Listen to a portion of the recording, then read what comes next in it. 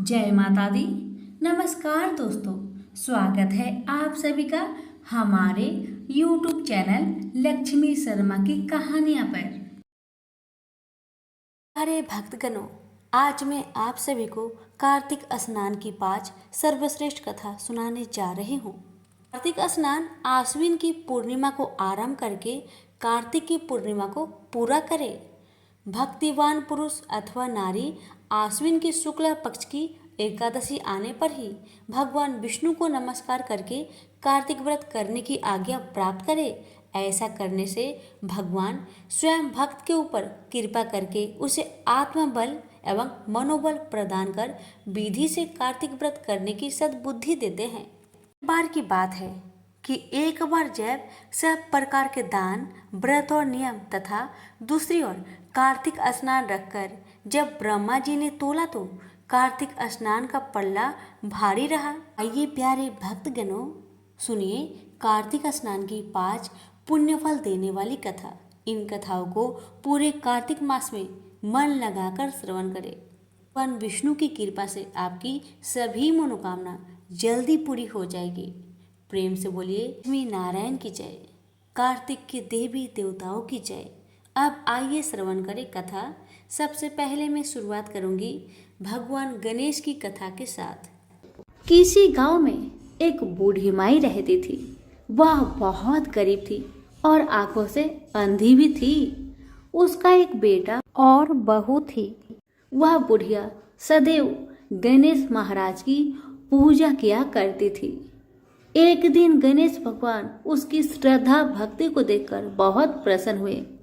गणेश भगवान ने सोचा, ये बुढ़िया माई तो आंखों से अंधी है, फिर भी मेरी पूजा पाठ कितना श्रद्धा के साथ करती है, इसलिए मुझे इसके लिए कुछ करना चाहिए। इतना ही सोचकर गणेश जी उस बुढ़िया माई के सामने प्रकट होकर बोले, बुढ़िया माई, तू जो चाहे सो मुझसे मांग ले, मैं तुझसे बहुत प्रसन्न हूँ। बुढ़िया माई हाथ जोड़कर गणेश महाराज से बोली, हे भगवान, मुझे तो कुछ मांगना ही नहीं आता, तो मैं कैसे मांगू और क्या मांगू, आप ही मुझे बताए।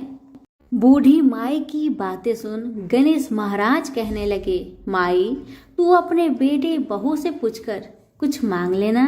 तब बूढ़ी माई ने अपने बेटे से कहा, बेटा गणेश जी कहते हैं कि तू कुछ मांग ले, तो तुम बताओ बेटा मैं क्या मांगू। बेटा ने कहा, माँ तुम ढेर सारा धन दौलत मांग ले। बहू से पूछा तो बहू ने कहा कि आप नाती मांग लीजिए माँ जी। तब बूढ़ी माई मन ही मन में सोचने लगी, बेटा बहू तो सिर्फ अपने लिए ही सोच रहे हैं, मेरे लिए तो कोई सोचता ही नहीं।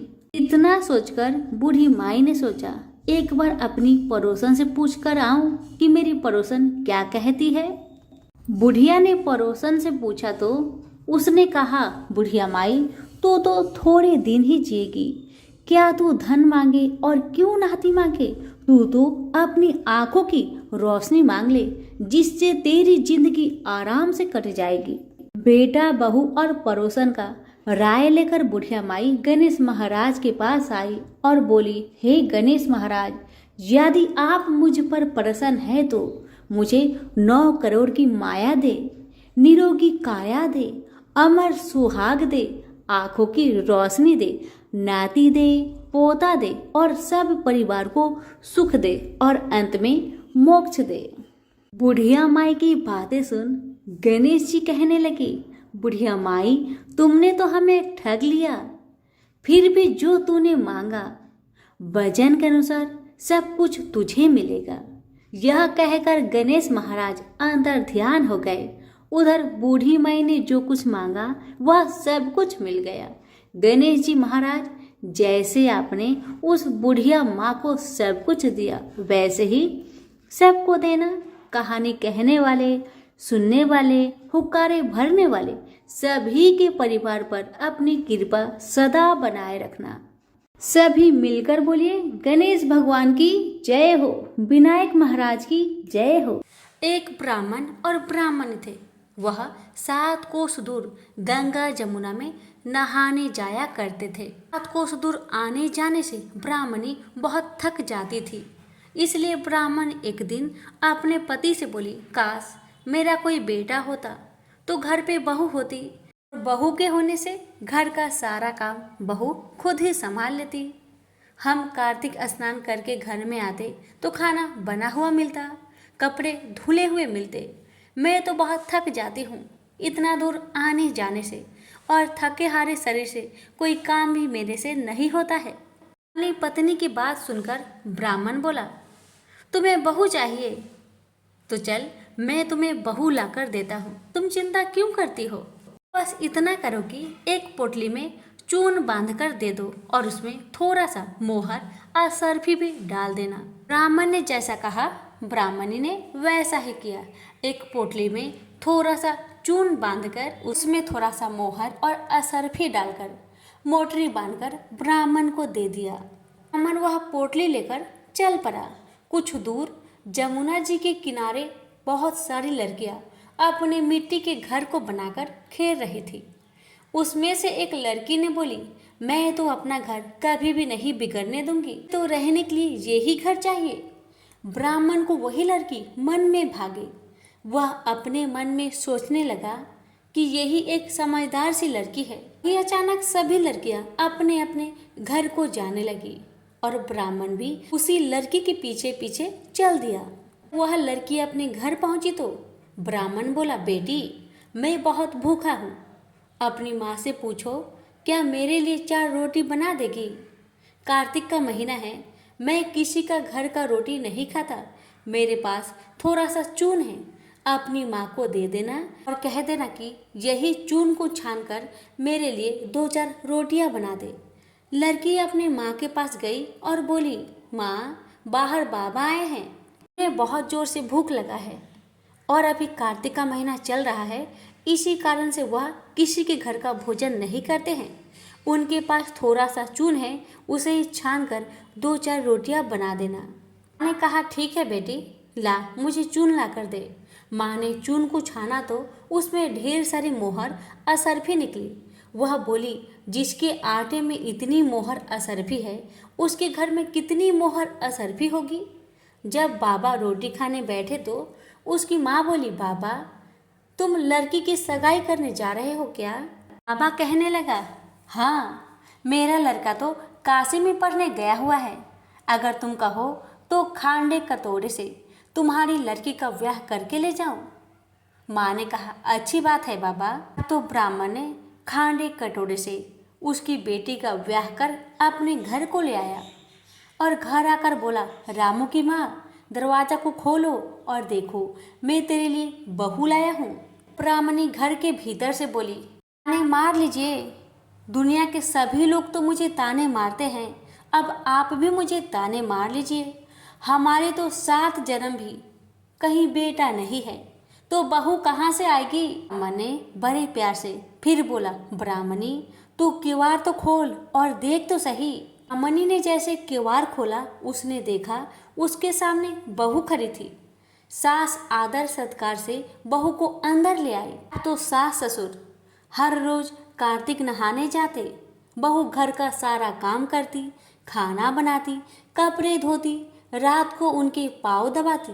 इस तरह से समय बहुत निकल गया। एक दिन सास बोली, बहू चूल्हे की आंच बुझने न देना, मटके का पानी खत्म होने ना देना। एक दिन चूल्हे की आंच बुझ गई। बहू भागी भागी पड़ोस में गई और पड़ोसन से बोली, मुझे थोड़ी सी आंच दे दो, मेरे घर की आंच बुझ गई है बहन। मेरे सास ससुर आते ही होंगे, सुबह 4 बजे से गंगा नहाने गए हुए हैं। पड़ोसन ने कहा, तू तो पगली है, मुझे तो ये झूठ बोलकर उठा कर लाए हैं, इनके तो 7 जन्म में भी कोई बेटा नहीं।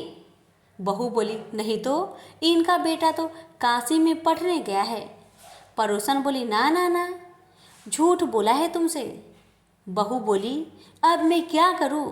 तो पड़ोसन ने कहा, जली फूकी रोटी सेक देना, अलूनी दाल दे, खीर की करछी दाल में, दाल की करछी खीर में कर देना। तो बहू में पड़ोसन की सारी सीख चली आई। उसने वैसा ही किया जैसे पड़ोसन ने बताया। सास ससुर जब घर आए, उसने आज तो न उनका आदर सत्कार किया, न ही उनके कपड़े धोए। खाना लगा दिया तो सासू माँ बोली, बहू ये कैसा खाना है, ये रोटी जली फूकी है, अलूनी दाल है। सासू माँ की बातें सुन बहू कहने लगी, लो सासू जी, एक दिन आप खा लोगी तो कुछ ना होगा, मुझे तो जीवन भर अलूनी रहना है। सासू बोली, बहू को लगता है पड़ोस की सीख लग गई है। अब तो बहू रात को सो गई।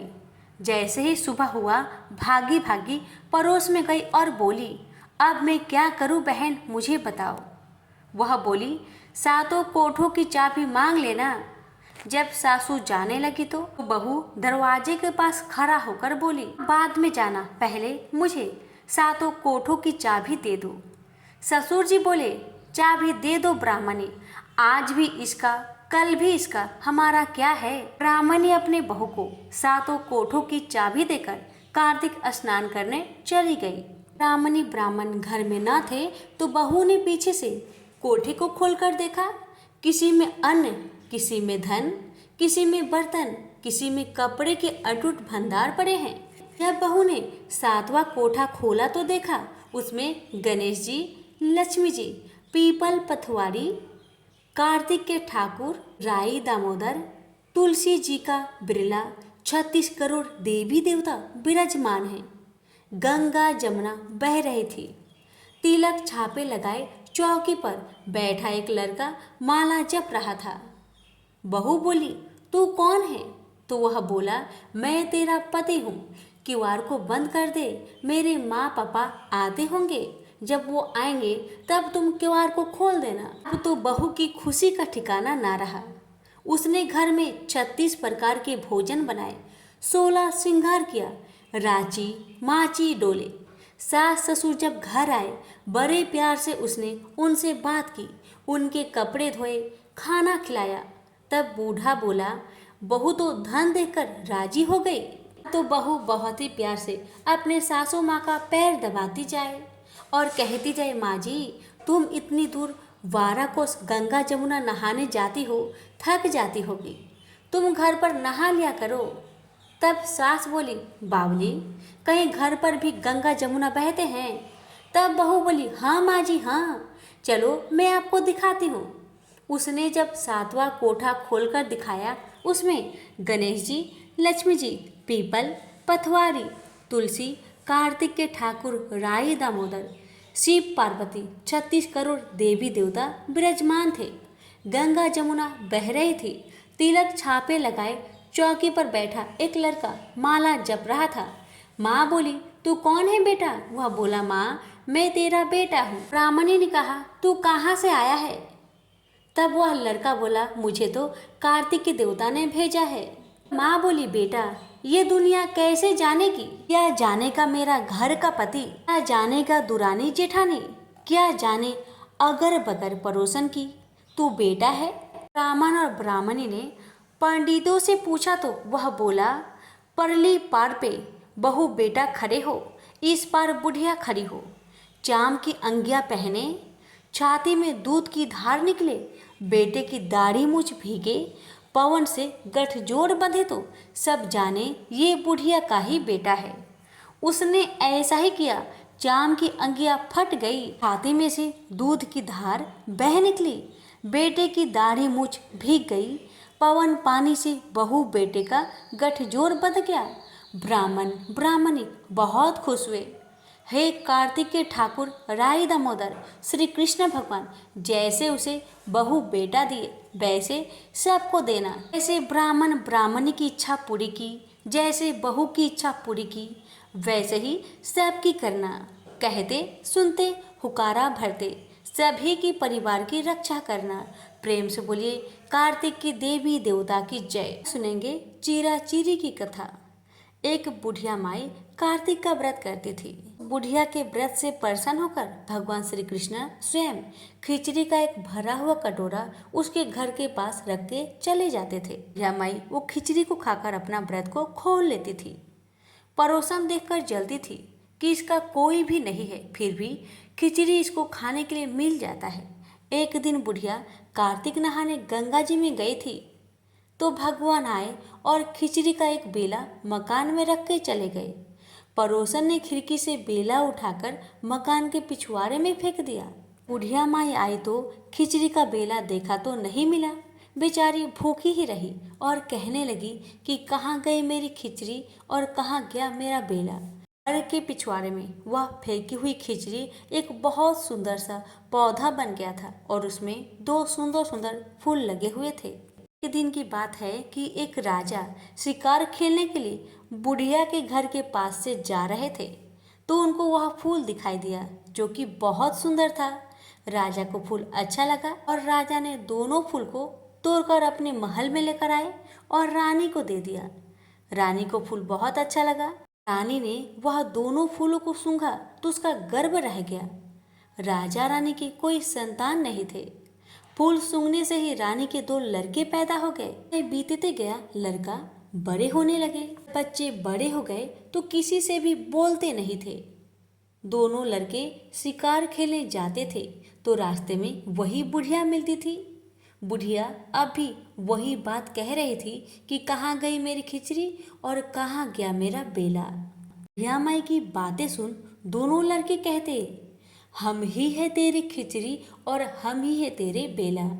जब भी लड़के शिकार खेलने जाते तो बुढ़िया यही कहती तो लड़के जवाब में वही देते। एक दिन राजा को पता चला मेरे दोनों बेटा इस बुढ़िया से बातें करते हैं। तब राजा ने उस बुढ़िया को महल में बुलवाया और पूछा, हमारे बेटे तो हमसे बात नहीं करते, तुमसे बातें करते हैं, इसका क्या कारण है? बुढ़िया ने कहा, क्षमा कीजिए महाराज, मुझे कुछ नहीं पता, मैं कुछ नहीं जानती, लेकिन मैं इतना जानती हूँ कि मैं कार्तिक की व्रत करती थी तो श्री कृष्ण भगवान मुझे खिचड़ी दे जाते थे, परंतु एक दिन मुझे खिचड़ी नहीं मिली। तब से मैं कहने लगी कि कहाँ गई मेरी खिचड़ी और कहाँ गया मेरा खिचड़ी से भरा कटोरा। एक दिन की बात है, जब मैं ऐसे कह रही थी तब आपके लड़के बोले कि तुम्हारी पड़ोसन ने तुम्हारी खिचड़ी फेंक दी थी तो उसके 2 फूल बन गए थे। राजा उसे तोड़ कर ले गए, उससे हम लड़के हो गए हैं। हमें तो भगवान ने बुढ़िया के पास भेजा है। तब राजा ने बुढ़िया को अपने महल में ही रख लिया। एक कार्तिक के ठाकुर, जैसे आपने बूढ़ी माई पर अपनी कृपा करी वैसे ही आपकी कथा कहने वाले, सुनने वाले, हुक्कारे भरने वाले पर अपनी कृपा सदा बनाए रखना। प्रेम से बोलिए श्री कृष्ण भगवान की जय, कार्तिक के ठाकुर की जय। अब सुनिए पंच भीखम की कथा। एक साहूकार के बेटे की बहू थी जो बहुत सुबह उठकर कार्तिक में रोजाना गंगा नहाने जाया करती थी। पराये पुरुष का मुंह तक नहीं देखती थी। एक राजा का लड़का था। जब भी रोजाना गंगा में नहाने जाता और सोचता कि मैं इतनी सुबह उठकर नहाने आता हूँ तो भी मेरे से पहले कौन है जो नहा लेता है। 5 दिन कार्तिक के रह जाए। उस दिन साहूकार की बहू तो नहाकर जा रही थी। राजा का बेटा आ रहा था। खुडका सुनकर वह जल्दी जल्दी जाने लगी तो उसकी माला मोचरी टूट गई। राजा आया, उसने सोचा माला मोचरी इतनी सुंदर है तो इसे पहनने वाली कितनी सुंदर होगी। सारी नगरी में राजा ने हेलो फिरा दिया कि जिसकी यह माला मोचरी है वह मेरे पास 5 दिन आएगी, तब उसकी माला मोचरी मैं दूंगा। साहूकार के बेटे की बहू ने कहलवा दिया कि मैं 5 दिन आऊंगी, पर किसी को साख भरने के लिए बैठा दियो। राजा ने गंगा जी पर बिछावन करके एक तोता को पिछड़े में टांग कर रख दिया। वह सुबह आई, पहली पैरी पर पैर रखकर बोली, हे कार्तिक के ठाकुर, राई दामोदर, 5 पांडु, छठा नारायण, भीषम राजा, उस पापी को नींद आ जाए। मैं सत की हूँ तो मेरा सत रखना। राजा को नींद आ गई और वह नहा धोकर जाने लगी तो सुआ से बोली कि सुआ सुआ, स्वाटा गल घालूंगी हार, साख भरियो मेरा बीरा। सुआ बोला कि कोई वीर भी साख भर सकता है। तब वह बोली कि सुआ सुआ, स्वाटा पग घालूंगी नेवल, साख भरियो मेरा देवल। सुआ ने कहा, अच्छा भाभी, मैं साख भरूंगा। वह तो कहकर चली गई। राजा हड़बड़ा कर उठा। सुआ से पूछा कि सुआ सुआ वह आई थी, कैसी थी? सुआ बोला, आभा की सी बिजली, होली की सी झल, केले की सी कामनी, गुलाब सा रंग। राजा ने सोचा कि कल मैं अपनी उंगली चीरकर बैठ जाऊंगा तो मुझे नींद नहीं आएगी। दूसरे दिन राजा उंगली चीरकर बैठ गया। वह आई, उसने वैसा ही प्रार्थना करी, बस राजा को नींद आ गई। वो नहा के सुआ से साख भर के चली गई। राजा ने सोचा कि कल तो मैं कांटों की सेज बिछाकर बैठूंगा। चौथे दिन वह कांटों की सेज बैठाकर हाय हाय करता रहा, पर जब वह आई तो उसको नींद आ गई। उसने सुआ से साख भरा ली और कहा कि पापी से कह दियो मेरे 5 दिन पूरे हो गए हैं, अब मेरी माला मोचरी मेरे घर भेज देगा। राजा उठते ही सुआ से पूछा कि क्या वो आई थी? सुआ बोला, आई तो थी, अपनी माला मोचरी मंगाई है। थोड़े दिन बाद राजा के कोढ़ निकल आया। त्राही पुकारने लगा। ब्राह्मण को बुलवाकर पूछा कि सारे शरीर में जलन कैसे लग गई? ब्राह्मण बोला कि यह कोई पतिव्रता स्त्री का पाप धरा है जिससे लगी है। राजा ने पूछा कि अब कैसे ठीक होगा? ब्राह्मण बोला कि तुम उसको धर्म की बहन बनाओ और उसके नहाए हुए जल से नहाओगे तो तुम्हारा जलन कोढ़ ठीक हो जाएगा। राजा माला मोचरी लेकर उसके घर गया और साहूकार से बोला कि ये तेरे बहू गंगा पर भूल गई थी, यह उसे दे दो और कह देना कि अपने नहाए हुए जल से मुझे नहला दे। साहूकार बोला, वह किसी पराये पुरुष की मुख नहीं देखती, तू इस नाली के नीचे बैठ जा, वह नहाएगी तो तेरे ऊपर पानी पड़ जाएगा। राजा नाली के नीचे बैठ गया। वह नहाया, जल गिरने से उसकी काया कंचन सी हो गई। पंच भिक्षु देवता जैसे साहूकार की बहू का सत रखा, ऐसे सबका रखियो। कहते सुनते पुकारा भरते हमारे सारे परिवार पर रखियो। प्रेम से बोलिए कार्तिक के ठाकुर की जय हो। सूर्य नारायण की व्रत कथा। बहुत समय पहले की बात है। एक शहर में एक राजा और रानी रहते थे। उनके पास सिपाही, घोड़े, दास दासियां, धन दौलत सब कुछ था, मगर सिर्फ उन्हें संतान नहीं थी। इसी कारण से राजा रानी बहुत दुखी रहते थे। बहुत सोच विचार करके राजा रानी ने फैसला किया कि हमें संतान प्राप्ति के लिए कुछ तो करना ही पड़ेगा। यही विचार करके राजा रानी दोनों ने संतान प्राप्ति के लिए उन्होंने हर तरह का दान धर्म, धार्मिक अनुष्ठान, जप मंत्र, व्रत, पूजा पाठ किए, लेकिन इनसे उन्हें कोई फायदा नहीं हुआ। अब राजा रानी दोनों बुढ़ापे की ओर बढ़ते गए। अब क्या होता है, ये दोनों गहन सोच में पड़ गए। अब हमारे इतने बड़े राज्य का क्या होगा? कौन बनेगा इस राज्य का वारिस? कौन लेगा प्रजा की जिम्मेदारी? इसी सोच में राजा रानी दिन रात चिंता में घुटने लगे। उन्हें खाने पीने की भी सुध नहीं रहती। तो एक सुबह होता है क्या कि राजा के दरबार में एक साधु महाराज आते हैं। अब आप देखिए भगवान का चमत्कार। भगवान की लीला को कोई नहीं जान सकता। अब आगे होता है क्या? अब जब साधु महाराज राजा के दरबार में आते हैं तो होता है ये कि रानी की दासी रानी को इतला करती है कि साधु महाराज पधारे हैं। तब वह दासी से कहती है, यह मेरा अंतिम दान धर्म है, इसके बाद मैं अपने हाथों से कोई भी दान धर्म नहीं करूंगी, क्योंकि मैं बहुत दुखी हूँ। मैं और राजा दिन रात इतने दान धर्म पुण्य किए, लेकिन हमारी सुनी गोद अभी तक भरी नहीं, इसलिए मैं थक गई हूँ। अब यह अंतिम दान धर्म कर रही हूँ और इसके बाद मैं किसी को भी दान नहीं करूंगी। रानी की बातें सुन दासी कहने लगी, हे महारानी, आप ईश्वर पर भरोसा रखें, सब ठीक हो जाएगा। इतना बात होने के बाद रानी चावल का भरा छाछ हाथ में लेकर बाहर आती है और साधु महाराज की झोली में भिक्षा डालने के लिए आगे बढ़ती है। तो उसके चेहरे पर छाई चिंता साधु महाराज की दृष्टि में आती है। रानी को उदास देखकर साधु महाराज उससे पूछने लगे, हे महारानी जी, क्या हुआ? आप इतना उदास क्यों हैं? मुझे बतलाइए, शायद मैं आपका कुछ मदद कर सकूं। तब रानी साधु महाराज को अपनी सारी कहानी बताती है और रोने लगती है।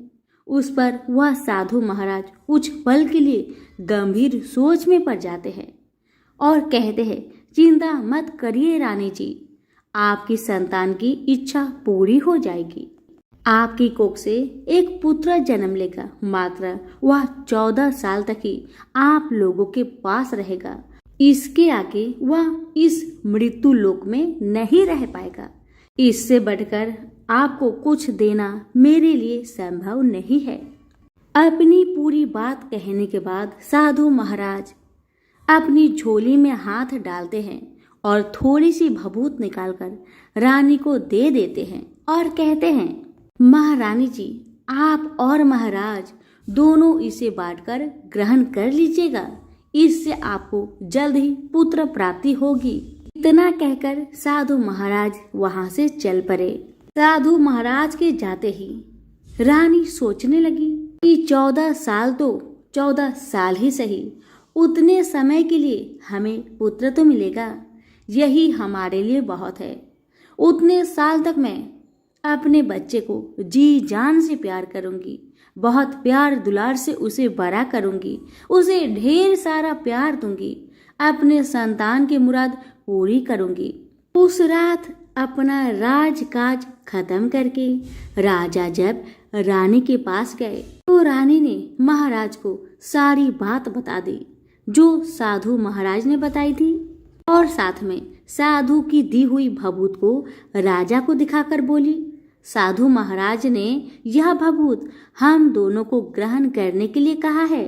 रानी की बात सुनकर राजा कहने लगे, इतना दान धर्म किया हमने, जब तब किया, कोई फल नहीं मिला। अब इस भभूत से हमें संतान की प्राप्ति होगी, तुम्हें लगता है? उस पर महारानी ने कहा, नहीं पता महाराज, भगवान की लीला को कौन जान सकता है। एक बार हम साधु महाराज के बताए अनुसार करके तो देखें, भगवान की क्या मर्जी है। इस पर राजा बोले, अब हमें इस भभूत से संतान की प्राप्ति होगी। उस पर रानी बोली, अब इतना सब कुछ आपने कर ही लिया, अब इसको भी करके देख लीजिए। रानी की बार बार एक ही बात कहने पर महाराज ने कहा, ठीक है रानी, तुम्हारी खुशी के लिए मैं जरूर करूंगा। तो राजा जब राजी हो गया तो फिर क्या होता है कि राजा रानी दोनों स्नान करते हैं, फिर अपने भगवान का स्मरण करते हैं, सूर्य नारायण का पूजन करते हैं और अपने पुरखों को स्मरण करते हैं और उस साधु महाराज का नाम स्मरण करके वह भभूत दोनों बांटकर खा लेते हैं। उसके बाद दोनों निश्चित होकर सो जाते हैं। अब ऐसे ही करके दिन बीतने लगे और साधु द्वारा कहे अनुसार रानी गर्भवती हो गई। उस पर राजा रानी दोनों की खुशी की ठिकाना ना रहा। राजा ने रानी से बोला, महारानी, सचमुच साधु महाराज की तो कृपा हो गई हम पर। इसी तरह समय बीतने लगा तो 9 महीने 9 दिन और 9 घंटे पूरे होकर रानी ने एक सुंदर गोरे चिट्टे पुत्र को जन्म दिया। राजा ने बड़ी धूमधाम से पुत्र का नामकरण किया। सारे राज्य में 8 दिन तक अन्न सतपर्ण रखा गया, उत्सव मनाया गया। अब पुत्र की कुंडली देखने के लिए राज्य के सबसे बड़े विद्वान पंडित जी को बुलाया गया। तो कुंडली देखकर पंडित जी बड़े चिंतित हो गए। कहने लगे, महाराज, हमारा राजपुत्र सिर्फ 14 साल तक हमारे पास रहेगा। राजा को पहले से ही इस बात की भनक थी कि रानी को साधु महाराज ने यही बात बताया था। महाराज को साधु महाराज की सारी बात याद थी। दोनों चुप रह जाते हैं।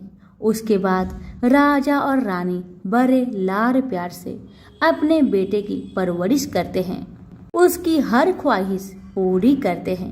थोड़े समय के लिए ही सही सूर्य नारायण ने संतान की अपनी मुराद पूरी तो कर दी, इससे वे समाधान मानते थे। राजपुत्र दिन प्रतिदिन बड़ा होता है।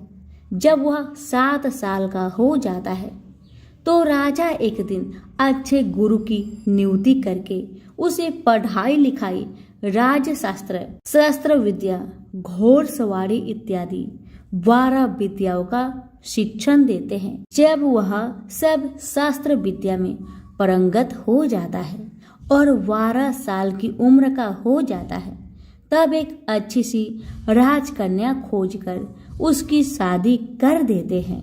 शादी के जब 2 साल बीत जाते हैं, बेटा 14 साल का हो जाता है। एक दिन राजपुत्र राजा से कहता है, पिताजी, मैं अपना सारा राज्य घूमकर देखना चाहता हूँ।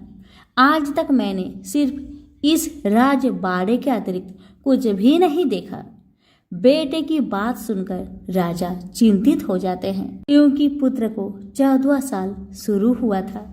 अब कोई अनहोनी होने का वक्त नजदीक आ पहुंचा था, लेकिन राजा ये सब बातें पुत्र को बता नहीं सकता था।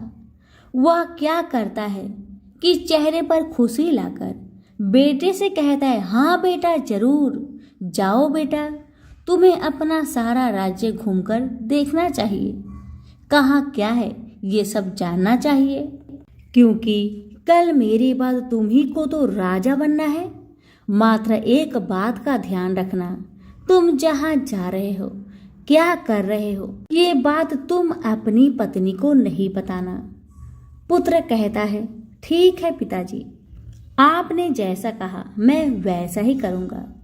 अब क्या होता है कि राजपुत्र दिन भर अपनी पत्नी के साथ मौज मस्ती करता है, खुशियाँ मनाता है और रात को ठीक 12 बजे बिस्तर से उठकर बाहर चला जाता है। फिर पौ फटने से पहले वापस अपने महल में आकर सो जाता है। ऐसे बहुत दिनों तक चलता रहा। अब पुत्र का 14वां साल खत्म होने में कुछ ही दिन बाकी रहते हैं। इतने में क्या होता है कि उसकी पत्नी यानी छोटी रानी रात में जाग जाती है। वह देखती है कि बिस्तर पर राजपुत्र है ही नहीं। वह महल में सब जगह देखती है, राजपुत्र कहीं भी नजर नहीं आते। तो वह क्या करेगी, किससे कहेगी? वह चुपचाप रहती है। फिर सुबह होने पर वह देखती है कि उसका पति अपनी जगह में सोया हुआ है। छोटी रानी अपने पति से कुछ पूछती, लेकिन दूसरी रात भी वैसा ही होता है, तीसरी रात भी, चौथी रात भी, ऐसे बहुत दिन तक चलता है। रानी बहुत ही चिंतित हो जाती है। आखिर मेरे पतिदेव रात को कहाँ जाते हैं, किससे मिलने जाते हैं? रानी के मन में ढेर सारे सवाल उठते हैं, लेकिन उसे पूछने में डर लगता था, शायद राजकुमार गुस्सा ना कर बैठे। फिर उसने सोचा सास ससुर से पूछने के बारे में, तो उसकी कुल मर्यादा बीच में आ जाती थी। तो इस तरह मन ही मन वह घुटती रही। इस हालत में उसे खाने पीने में कोई दिलचस्पी नहीं होती। बेचारी पति की चिंता में दुबली पतली होती रही। एक दिन की बात है, उस राज्य में एक फूल बेचने वाली बूढ़ी मालिन थी। वह हमेशा छोटी रानी को फूल देने उसके महल में आती थी। उस बुढ़िया का ध्यान छोटी रानी पर जाता है। वह उससे पूछती है, बेटी, तुम्हें किस बात का दुख है? तुम इस तरह सूख कर कांटा क्यों होती जा रही हो?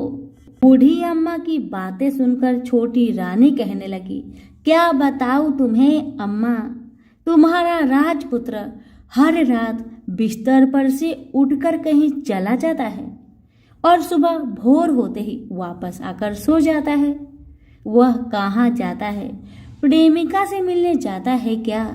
यह सोचकर मैं अन्न जल ग्रहण नहीं कर पाती और सूख सूख कर काटा होते जा रही हूँ। छोटी रानी की बातें सुनकर बूढ़ी अम्मा कहने लगी, मैं तुम्हें एक उपाय बताती हूँ बेटी। तुम ऐसा करना कि आज रात तुम सोना ही मत, आज तुम राजपुत्र के पीछे जाकर देखना कि वह कहाँ जाता है, क्या करता है, उसकी अच्छी से पहरेदारी करना। पर छोटी रानी ने कहा, बूढ़ी अम्मा, मुझे नींद आ गई तो मैं क्या करूंगी? इस पर बूढ़ी अम्मा ने छोटी रानी को बताया, बेटी, तुम्हें नींद न आए इसलिए एक काम करना, अपने बाएं हाथ की उंगली में एक जख्म करना, उस पर थोड़ी सी लाल मिर्ची छिड़क लेना। उससे तुम्हें बड़ी जलन होगी और उस पीड़ा से तुम्हें रात भर नींद नहीं आएगी। रानी ने बूढ़ी अम्मा के कहे अनुसार करती है। उंगली की जलन से छोटी रानी को बड़ी देर तक नींद नहीं आती, लेकिन बाद में वह सो जाती है। दूसरे दिन सुबह बूढ़ी अम्मा फूल लेकर उसके महल में पहुंची और पूछने लगी, क्या हुआ बेटी, देख पाई कि तुम्हारा पति कहाँ जाते हैं? तब छोटी रानी कहती है, नहीं अम्मा नहीं, पहले कुछ समय जलन के कारण मुझे नींद नहीं आई, पर कुछ देर पश्चात मैं सो गई। अब बूढ़ी अम्मा कहती है, कोई बात नहीं बेटी, आज तुम उंगली पर पहले से थोड़ा बड़ा जख्म करना और ज्यादा मिर्च लगाना। अब छोटी रानी वैसा ही करती है, परंतु वह सिर्फ पति के बिस्तर से उठकर बाहर निकलने वक्त तक जाग पाई थी।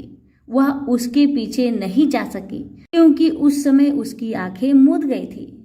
दूसरे दिन जब सुबह बुढ़िया आती है तो बूढ़ी अम्मा के पूछने से पहले ही रानी रो रो कर कहती है, अम्मा, मैं आज भी उनकी पहरेदारी ठीक तरह नहीं कर पाई। बुढ़िया कहती है, रोना मत बेटी, सब कुछ ठीक हो जाएगा।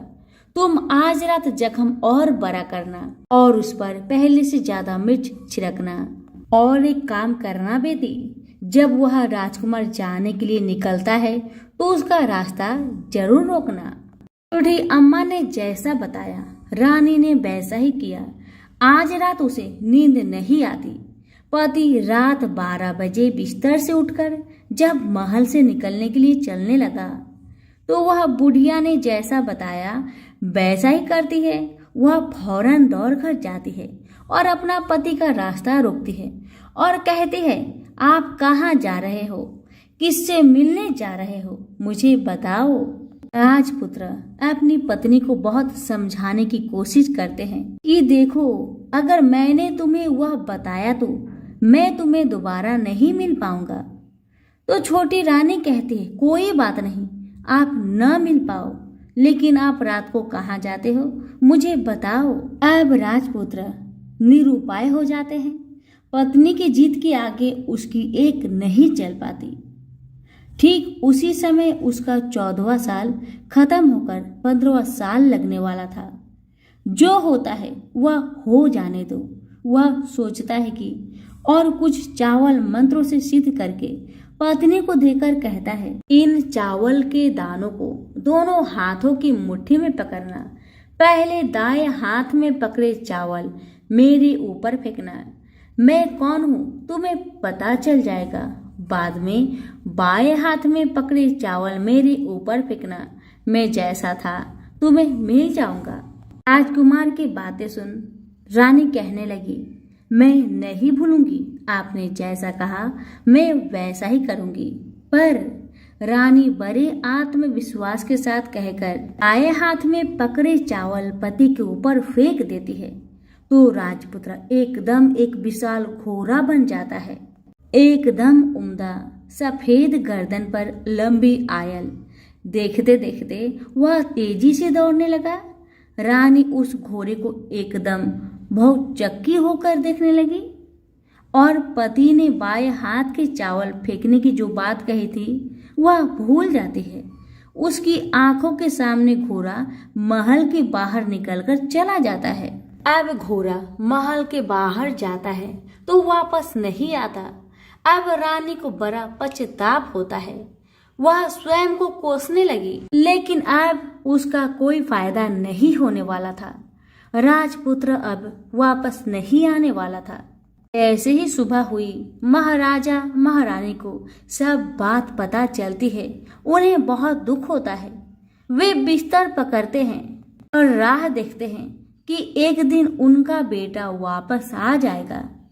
इस तरह 1 महीना गुजरता है, 2 महीना गुजरते हैं, 3 महीने गुजरते हैं, आखिर 6 महीने पूरे हो गए। राजपुत्र का कोई अता पता नहीं लगता।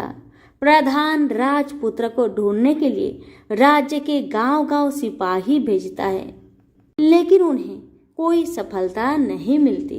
इधर रानी अपने हठ के कारण पति गायब हो गया है यह सोचकर स्वयं को मन ही मन कोसती है और प्रण लेती है कि कुछ भी करके अपने पति को ढूंढ लाऊंगी और उसे वापस घर लेकर आऊंगी। एक दिन वह सुबह उठकर अपने सास ससुर के महल में जाती है और कहती है कि मैं अपने पति की खोज में जा रही हूँ। महाराजा महारानी को और क्या चाहिए था, कुछ भी करके उनका बेटा उन्हें वापस मिलना चाहिए था। वे अपने बहू को जाने की अनुमति देकर कहने लगी, बेटी तुम्हें जो भी चाहे वह करो, जहाँ जाना है वहाँ जाओ, लेकिन हमारे बेटे को वापस लेकर आओ। सूर्य भगवान तुम्हें कामयाबी दे। अब रानी क्या करती है कि अपना शाही भेष बदलकर एक सेठानी बन जाती है और अपने साथ कुछ दास दासियों को, कुछ नौकरों को साथ में ले जाती है। कुछ सामान साथ लिया और राज्य की सीमा पर जाकर वहां एक भोजनालय खोल दिया। वहां आने वाले सब यात्रियों को खाना मुफ्त में देने लगी।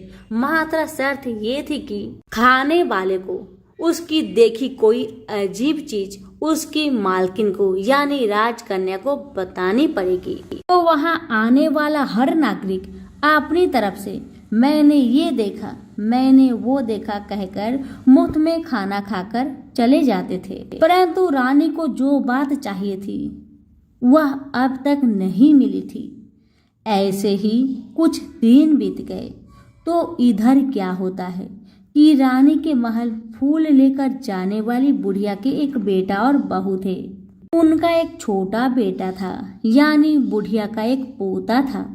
तो बेटा और बहू सुबह काम के लिए निकलते थे तो पोते को संभालने की जिम्मेदारी बुढ़िया पर रहती थी। बुढ़िया दिन भर पोते को संभालती थी। एक दिन होता है क्या कि बुढ़िया को पान खाने की आदत थी, तो पान लगाने के लिए चूना चाहिए था। वह उसे तैयार करने के लिए सीपियाँ लेकर आई। इन सीपियों भूनने के लिए गोबर के कंडे चाहिए। कंडे इकट्ठे करने के लिए बांस की टोकरी लेकर चरवाहे के मैदान पर गई। वहां बहुत सारे कंडे थे। उन्हें जमा करते करते उसे घर आने में अंधेरा हो गया। इधर और शाम होते ही काम से वापस बेटा बहू घर पहुंचते हैं तो देखा कि बच्चा घर पर अकेला है और रो रहा है। वह दोनों गुस्से से लाल पीले हो गए। इतने में बुढ़िया घर आ पहुंची।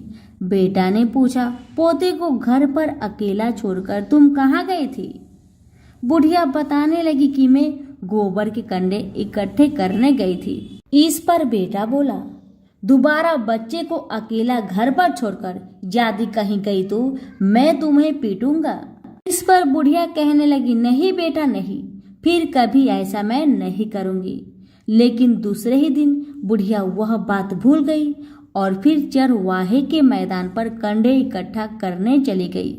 शाम को जब बेटा बहू काम से वापस लौटे तो देखते हैं कि बच्चा घर पर अकेला है और वह रो रहा है। अब उसके बेटे की सहन शक्ति खत्म होने लगी और बुढ़िया के वापस आने पर उसे घर से निकाल दिया। बुढ़िया रात भर घर के बाहर अंधेरी में बैठी रही और सुबह होते ही हाथ में टोकरी लेकर कंडे इकट्ठा करने के लिए निकल गई। उस दिन उस पर कंडे इकट्ठे करने की मानो पागलपन सवार थी। कंडे इकट्ठा करते करते कब अंधेरा छा गया उसे तो मालूम भी नहीं चला। उसे जब ध्यान आया तो गांव का रास्ता भी ठीक तरह से दिखाई नहीं दे रहा था। वह अंधेरे में आंखें फाड़कर देखती देखती किसी तरह आगे निकल पड़ी तो क्या होता है कि एक कपिला गाय छन छन की आवाज करते, गले की घंटी बजाते ठुमक ठुमक कर उस मैदान पर आ गई। उसे देखकर बुढ़िया सोचने लगी कि इस गाय के पीछे पीछे जाऊंगी तो मैं गांव तक पहुंच जाऊंगी। तब बुढ़िया उसके पीछे पीछे जाने लगी।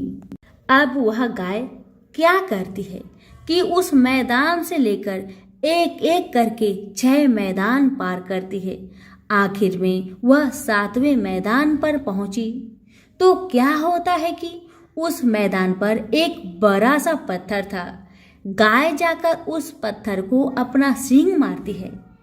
सींग मारा तो वह पत्थर दूर हट गया और पाताल में नीचे जाने की सीढ़ियां दिखाई देने लगी। तब वह गाय उन सीढ़ियों से उतरकर नीचे जाने लगी। बुढ़िया वह सब देखती रही और झट से जाकर गाय की पूंछ पकड़ लिया। पूंछ पकड़कर वह गाय के साथ नीचे पाताल में पहुंच गई। पाताल में पहुंचते ही तुरंत गाय को छोड़ दी और इधर उधर देखने लगी। वहीं से बूढ़ी माई ने देखा कि पाताल में सब जगह जगमगाहट है, दिया दीप जलते हैं और तेज रोशनी गाय के ऊपर पड़ती है और वहां अद्भुत घटनाएं घटने लगी। गाय के नीचे जाते ही उसके गले में अपने आप साकल पड़ गई और छम छम करके कोई दुधारी में गाय का दूध दुहाने लगी। लेकिन जो भी कोई वह कर रहा है वह मात्र दिखाई नहीं दे रहा। बुढ़िया बहुत घबरा गई, कहाँ आकर फंस गई, इस तरह से सोचने लगी और यहाँ वहाँ छिपने के लिए जगह ढूंढने लगी। लेकिन उसे कहीं भी जगह नहीं मिली। हर जगह उजाला ही उजाला था। तो वह यूं एक कोने में खड़ी रह गई और जो कुछ सामने हो रहा था उसे चुपचाप देखने लगी। कुछ पल के बाद वहां झट से एक उम्दा सफेद घोड़ा आया। वहां 2 कुंड थे। उसमें से एक कुंड में उस घोड़े ने छलांग लगाई और ऊपर आ गया। अब उसे राजपुत्र का रूप प्राप्त हो गया था। राजपुत्र बनने के बाद उसने दूसरे कुंड के पानी में स्नान किया। वहां रखे नए कपड़े पहने। नजदीक ही एक सुंदर पलंग था, उस पर आकर वह बैठ गया। उसके सामने अपने आप 5 पकवान की थाली आ गई, दूध की एक प्याली आ गई, पान सुपारी आ गए। उसके सामने एक दिया जलता रहा। राजपुत्र ने खाना खाया, दूध पिया, पान सुपारी खाया और बिस्तर पर लेट जाने से पहले सूर्य देव का स्मरण करके सामने जलते दिए से पूछा, दिए दिए दीपंकर, मेरे माता पिता क्या कर रहे हैं? राजपुत्र की बातें सुन दिया बताने लगा कि आपके माता पिता शोक में डूबे हैं। तब राजपुत्र फिर से दिए से पूछने लगा, दिए दिए राज्य कौन संभाल रहा है? तो दिया बताने लगा, प्रधान संभालता है। तब राजपुत्र ने फिर से पूछा, मेरी पत्नी क्या करती है? तो दिया बताने लगा, उसने चौराहे पर भोजनालय शुरू किया है और आते जाते लोगों से वह नई खबर के बारे में पूछती है। दिए के यह कहते ही राजपुत्र कहने लगा, ठीक है। उसके बाद वह सो गया। बुढ़िया कोने में खड़ी रहकर यह सब देखती रही। ऐसी अद्भुत घटना उसने जिंदगी में पहली बार देखी थी। उसे अंदर ही अंदर चुलबुलाहट होने लगी। वह अपनी भूख प्यास भी भूल गई और आगे क्या होता है कि उसे उत्सुकता पूर्वक देखने लगती है। लेकिन उसके बाद और कुछ घटनाएं नहीं घटती। रात गुजर गई और सुबह भी हो गई। सुबह होने पर पलंग पर सोया राजपुत्र उठा और फिर से पहले वाले कुंड में छलांग लगाई। तो अब वह फिर से घोड़ा बनकर कुंड से बाहर आ गया। बाहर आते ही वह तेजी से उस पाताल नगरी से बाहर निकल गया। लेकिन वह कहाँ गया, बुढ़िया को कुछ पता नहीं चला। उसके बाद पिछली रात की तरह कोई उस गाय का छम छम करके दूध दोहने लगा। जैसे ही दूध दोहना खत्म हुआ, उसके गले की साकल अपने आप खुल गई और वह गाय तेजी से ऊपर जाने वाली सीढ़ियों की ओर भागने लगी। गाय को दौड़ते देखकर बुढ़िया सोचने लगी, अब गाय के साथ यहाँ से ऊपर जाने में ही समझदारी है, नहीं तो कोई बड़ी मुसीबत आकर मेरी ऊपर टपक जाएगी। झट से उसने गाय की पूंछ पकड़ ली और गाय के साथ ऊपर आ गई। गाय जब ऊपर मैदान में पहुंची तो उस सुरंग का रास्ता अपने आप बंद हो गया और उसके मुंह पर एक बड़ा सा पत्थर पूर्वतः खड़ा हो गया। ऊपर आकर वह गाय जंगल की ओर निकल गई तो इधर बुढ़िया एकदम बावली सी हो गई। उसने पाताल नगरी में जो कुछ देखा वह जल्दी से जल्दी किसी को बताने के लिए उतावली हो गई। उसे एकदम याद आया कि नगर की सीमा पर कोई औरत भोजनालय चलाती है और कोई नई बात बताने वाले को अच्छा खाना पीना मुफ्त में देती है। अब बुढ़िया सोचने लगी कि क्यों ना मैं यह बात उस औरत को जाकर बताऊं। यदि उसे यह बात पसंद आ गई तो बाकी जीवन खाने पीने की झंझट से मुक्ति मिलेगी।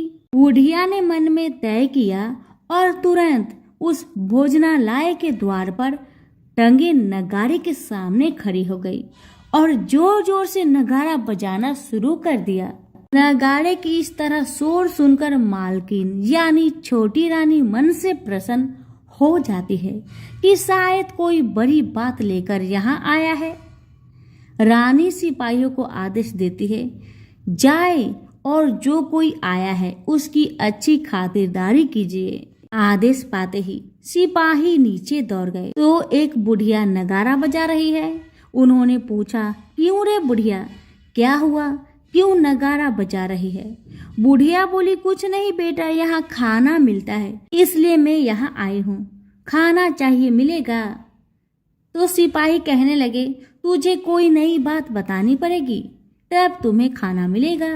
तो बुढ़िया कहने लगी, हाँ बताऊंगी, मुझे एक बात मालूम है। इस पर सिपाही उसे अंदर ले आए। उनको मालकिन का आदेश था कि जो कोई बूढ़ा बुजुर्ग वहां आए उनके साथ अच्छी तरह पेश आना, उनका अच्छा आदर आतिथ्य करना। तो सिपाही ने इस बुढ़िया का भरपूर आदर आतिथ्य किया। उसे बड़ी सी थाली भरकर व्यंजन परोसते हैं। बुढ़िया कुछ दिनों से भूखी थी, वह खाने पर टूट पड़ी। खाना खाने के बाद सिपाही ने उसे नई साड़ी पहनने को दिया। उसके बाद उसे लेकर रानी के पास आए। बुढ़िया और रानी ने तुरंत एक दूसरे को पहचान लिया। बुढ़िया बोली, बेटी तुम हो? और रानी बोली, बूढ़ी अम्मा तुम हो? बड़ी देर तक दोनों भांति भांति की बातें करती रही। आखिर कुंवरनी बुढ़िया से कहने लगी, बूढ़ी अम्मा अब बताओ तुमने क्या नई बात देखी है? बूढ़ी अम्मा कहने लगी, नई बात? मैंने तो कोई नई बात नहीं देखी है। वह तो मेरे पास तुम्हें देने के लिए खाने के लिए पैसे नहीं थे, इसलिए मैंने झूठ कहा और नगारा बजाया। तब रानी ने कहा, बूढ़ी अम्मा तुम घबराना नहीं, मैं किसी को तुम्हारा नाम नहीं बताऊंगी। फिर भी बुढ़िया मैंने देखा, कब देखा करके आनाकानी करने लगी। इस पर कुंवरनी ने उससे कहा, देखो बूढ़ी अम्मा, यदि तुमने मुझे वह नई बात बताई तो जिंदगी भर मैं तुम्हारी देखभाल करूंगी, तुम्हें रानी की तरह रखूंगी। अब बुढ़िया बताने को तैयार हो गई। उसने जो कुछ देखा उस समय चरगाह मैदान पर देखा था, वह सब कुछ कुंवरनी को बता दिया। बुढ़िया की वे बातें सुनकर कुंवरनी को यकीन हो गया कि वह राजपुत्र उसी का पति है। वह तुरंत बुढ़िया से कहने लगी, बूढ़ी अम्मा मुझे उस जगह पर ले चलो। बूढ़ी अम्मा कहने लगी, नहीं बेटी नहीं, वह पाताल का राज्य है, सांप है वहां पर। यदि किसी ने तुम्हें देख लिया तो तुम्हारी जान खतरे में पड़ सकती है। लेकिन रानी उसकी एक भी नहीं सुनती, उसे उस जगह ले जाने के लिए हठ करने लगी। आखिर में बुढ़िया ने कहा, ठीक है मैं तुम्हें ले चलती हूँ, पर आज नहीं कल वहां जाना है, तो शाम को ही जाना है, याद रखना। तो दूसरे दिन दोपहर को रानी बुढ़िया के साथ उस मैदान पर गई और एक जगह छुपकर गाय के आने की राह देखने लगी। दिन ढलते ही अंधेरा घेरने लगा और गाय हमेशा की तरह वहां आ गई। मैदान के उस कोने में जाकर उसने पत्थर पर सींग मारा तो झट से पत्थर हटकर वहां सुरंग में जाने का रास्ता खुल गया। गाय उस रास्ते से नीचे उतरने लगी तो बुढ़िया रानी से कहती है, जल्दी आगे बढ़ो बिटिया, हम गाय की पूंछ पकड़कर नीचे उतरेंगे। तो दोनों गाय की पूंछ पकड़कर नीचे उतर गई। बुढ़िया पहले जिस कोने में छिपी थी उस कोने में छिप गई। अब नीचे सब कुछ पहले जैसा घटित हो रहा था। गाय के गले में अपने आप शकल पड़ गई। कोई अदृश्य रूप से उसका दूध दोहने लगा। एक सफेद उम्दा घोड़ा ने आकर एक कुंड में छलांग लगाया तो राजपुत्र के रूप में ऊपर आया। वह राजपुत्र दूसरे कुंड में नहाने लगा। बाद में उसके सामने खाने की थाली आ गई, दूध की प्याली आ गई, पान सुपारी आ गया। राजपुत्र सब कुछ ग्रहण करके सोने के लिए पलंग पर गया तो सोने से पहले सूर्य देव का स्मरण करके वह दिए से पूछने लगा, दिए दिए दीपंकर, मेरे माता पिता क्या कर रहे हैं? तो दिया कुछ जवाब नहीं देता बल्कि वह पूछने लगता है। तब राजपुत्र को कुछ अघटित हुआ। इसका संदेह हो गया कि वह उदास हो गया और जो कुछ हुआ है वह हो जाने दो, ऐसा सोचकर सोने के लिए बिस्तर पर लेट गया। अब रानी का संयम टूट गया। वह दौड़कर अपने पति के पास गई और उसके पैर पकड़ने के लिए आगे बढ़ने लगी। राजपुत्र तुरंत ही अपने पति को पहचान गया। वह झट से पीछे हट गया और चिल्लाने लगा, नहीं नहीं रानी, मुझे मत छूना वरना सर्वनाश हो जाएगा। रानी दोनों हाथ जोड़कर पति से अपनी भूल स्वीकार करने लगी। स्वामी, मुझसे भूल हो गई। मुझे आपसे नहीं पूछना चाहिए था कि आप रात को कहाँ जाते हो। मैं अपनी भूल स्वीकार करती हूँ। मुझे मेरी भूल की सजा मिल गई है। अब आप घर चलिए। आपके वियोग में आपके माता पिता ने बिस्तर पकड़ लिया है। आपकी प्रजा भी बहुत दुखी है। उस पर राजपुत्र कहने लगा, वही तो एक बार तुम गलती कर बैठी हो, अब दोबारा मत करना, नहीं तो अब मैं तुम्हें जो दिख रहा हूँ वह भी नहीं दिखूंगा। रानी अब विलाप करने लगी, जोर जोर से जमीन पर सिर पटकने लगी। राजपुत्र के मन में उसके प्रति दया उत्पन्न हो गया। वह उससे कहने लगा, यदि तुम मुझे पाना चाहती हो तो तुम्हें एक काम करना होगा। काम बड़ा कठिन है, लेकिन वह तुम्हें अकेले करना होगा। तब छोटी रानी ने कहा, कहो स्वामी, कितना भी कठिन काम हो मैं वह पूर्ण करूंगी। रानी कहने लगी। इस पर राजपुत्र ने उसे बताया, इस पाताल से ऊपर जाते ही तुम्हें एक घना जंगल नजर आएगा। ऐसे 6 जंगल पार करने के पश्चात 7वां जंगल मिलेगा। वह जंगल सबसे घना है। उस जंगल में बीचों बीच एक पीपल का पेड़ है। उसके आस पास की जगह पत्ते, फंदे, जटाएं, कांटे इत्यादि से ढक चुकी है। वहाँ बाघ, शेर, भालू, सांप, धामा, चौकड़ी बैठी है। तुम्हें उन सब को भगाकर वह जगह साफ करनी है। उसकी गोबर से लिपाई करके पवित्र बनाना है। रंगोली से सजाना है। उसके बाद वहाँ धूप, कपूर, अगरबत्ती जलानी है। फूल, कुमकुम से पेड़ की तने की पूजा करनी है। दूध, दही से बने चावल का भोग लगाना है। ये सब तुम्हें दोपहर का 12 बजने से पहले करना है। 12 बजने के समय तुम्हें उस जगह पर बैठकर सूर्य भगवान का ध्यान करना है। ठीक 12 बजे सूर्य भगवान का रथ वहां उतरेगा। वह सब देखकर खुश हो जाएंगे और कहेंगे, जिस किसी ने यह सब किया है उसे मैं मनचाहा वरदान दूंगा। फिर तुम उनके सामने जाकर उनके दाहिने रथ का घोड़ा मांगना, मैं तुम्हें मिल जाऊंगा। इतनी बात कहकर राजपुत्र अपने पलंग पर सो गया और छोटी रानी भोर होने की राह देखने लगी। भोर होते ही वह बुढ़िया के साथ गाय की पूंछ पकड़कर ऊपर आ गई। ऊपर आने के बाद वह बुढ़िया से कहने लगी, अम्मा अब मैं अकेले ही आगे जाऊंगी, तुम भोजनालय वापस जाओ। वह जंगल में जाकर राजपुत्र की बताई जगह ढूंढने लगी और स्वयं आरी से वह जगह साफ करने लगी। बाद में राजपुत्र ने जैसा बताया वैसी लिपाई पुताई करके वापस आ गई। दूसरे दिन पौ फटने से पहले उठी और जंगल में उस जगह पर पहुंची।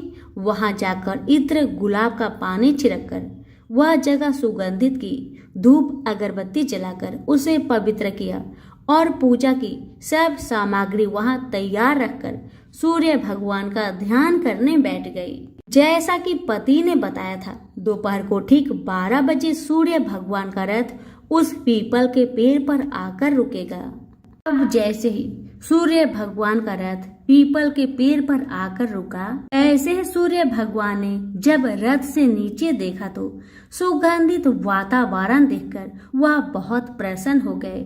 फिर वह बोले, जिस किसी ने यह काम किया है, यहाँ आकर आज मुझसे कुछ भी मांगे मैं उसे जरूर दूंगा।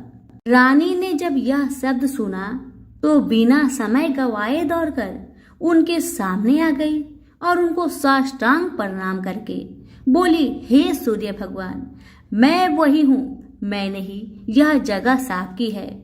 सूर्य नारायण कहने लगे, अच्छा तो बताओ तुम्हें क्या चाहिए। तब छोटी रानी कहने लगी, भगवान मुझे आपके रथ का दाहिना घोड़ा चाहिए और मुझे कुछ नहीं चाहिए। तब सूर्य भगवान बोले, नहीं नहीं, मैं तुम्हें और कुछ भी दे सकता हूँ, लेकिन यह घोड़ा नहीं दे सकता। मेरे रथ के 12 घोड़े हैं, तुम चाहो तो कोई और घोड़ा मांग लो, लेकिन यह दाहिना घोड़ा नहीं, वह मैं तुम्हें नहीं दे सकता। छोटी रानी ने एक न सुनी, वह सूर्य देव से एक ही बात बार बार कहती रही, मुझे वही दाहिना घोड़ा दे दीजिए भगवान, मुझे और कुछ न चाहिए, वरना मैं आपके पैरों में गिरकर अपनी जान दे दूंगी। अब सूर्य भगवान धर्म संकट में पड़ गए। उन्होंने वचन दे दिया था, अब अपने वचन से पलट भी नहीं सकते थे। तो सूर्य भगवान ने कहा, ठीक है दे दिया। फिर भगवान ने कहा, एक बात और भी है, देखो मैंने तुम्हें घोड़ा तो दे दिया है, लेकिन वह तुम्हें यहाँ नहीं मिलेगा, तुम्हें उसे पाताल में जाकर लाना होगा। रानी बोली, पाताल में ही क्या भगवान, मैं उन्हें पाने के लिए कहीं भी जा सकती हूँ। रानी को वचन देकर सूर्य देव अपने मार्ग में चले गए और इधर रानी जंगल से अपने भोजनालय में आ गई। फिर वह बुढ़िया को लेकर उस मैदान पर गई। जल्दी ही शाम हो गई। शाम होते ही वहां वह गाय आ गई और उसने सींग मारकर सुरंग का पत्थर हटाया तथा नीचे उतरने लगी। रानी और बुढ़िया जल्दी जल्दी उसकी पूंछ पकड़कर नीचे उतर गए। नीचे पाताल में सब घटनाएं पहले की तरह घटने लगी। घोड़े का एक कुंड में नहाकर राजपुत्र बन जाना, नहा धोकर पलंग पर बैठना, तो उसे खाने की थाली, दूध की प्याली आना, पान सुपारी आना। लेकिन आज एक बात नई घटी। आज 2 थाली, 2 दूध की प्याली, 2 पान सुपारी उसके सामने आए।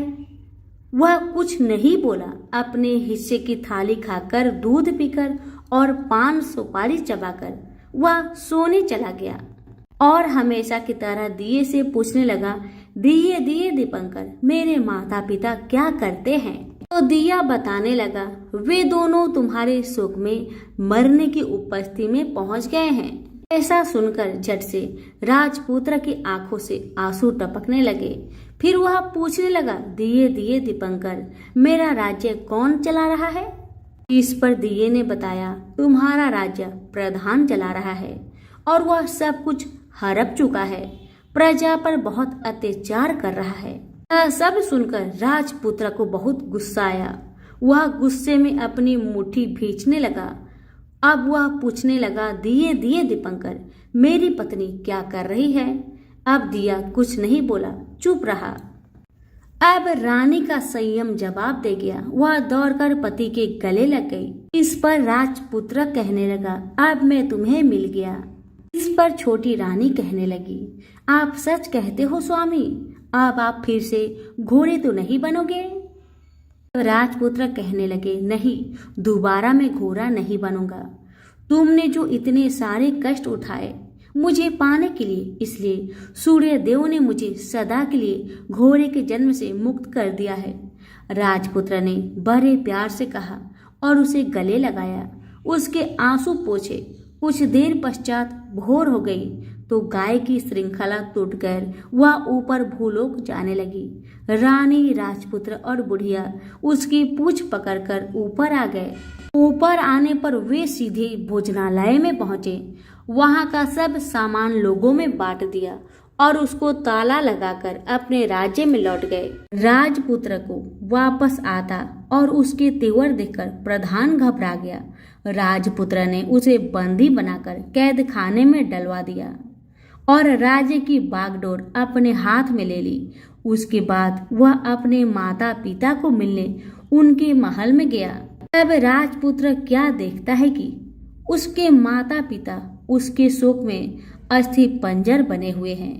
पुत्र को वापस आया देखकर मरणासन राजा रानी की आंखों से आंसू टप टप बहने लगी। इन दोनों ने पुत्र को गले लगाया, उसे प्यार से सहलाया। इतना होने के बाद उनके सेहत में एकदम सुधार आने लगी। वे अब बिस्तर से उठकर बैठ गए, पुत्र को आशीष देने लगे। राजपुत्र के आने की खबर तुरंत राज्य भर में फैल गई। प्रजा खुशी से फूले नहीं समाई। प्रजाजन राजमहल के सामने इकट्ठे हो गए। राजपुत्र ने भी उन्हें दर्शन दिए और आज से उन्हें कोई दुख नहीं पहुंचाएगा ऐसा वचन भी दिया। अब राजा अपने पुत्र का राज्य अभिषेक करके उसे सिंहासन पर बैठाता है और बहू को महारानी का दर्जा देता है और स्वयं अपनी पत्नी के साथ ईश्वर स्मरण करते खुशी से दिन बिताता है। महाराजा बना राजपुत्र अच्छी तरह से राज्य चलाने लगा और अपनी पत्नी के साथ सुख शांति से जीवन बिताने लगा। उस बुढ़िया को रानी ने अपने ही पास रख लिया, उसकी अच्छी तरह से देखभाल करने लगी। बुढ़िया और उसके बुढ़ापे के दिन खुशी से गुजरने लगे। तो सभी मिलकर बोलिए, सूर्य नारायण की जय हो। कथा अगर अच्छी लगे तो दूसरों को शेयर करना ना भूले। धन्यवाद।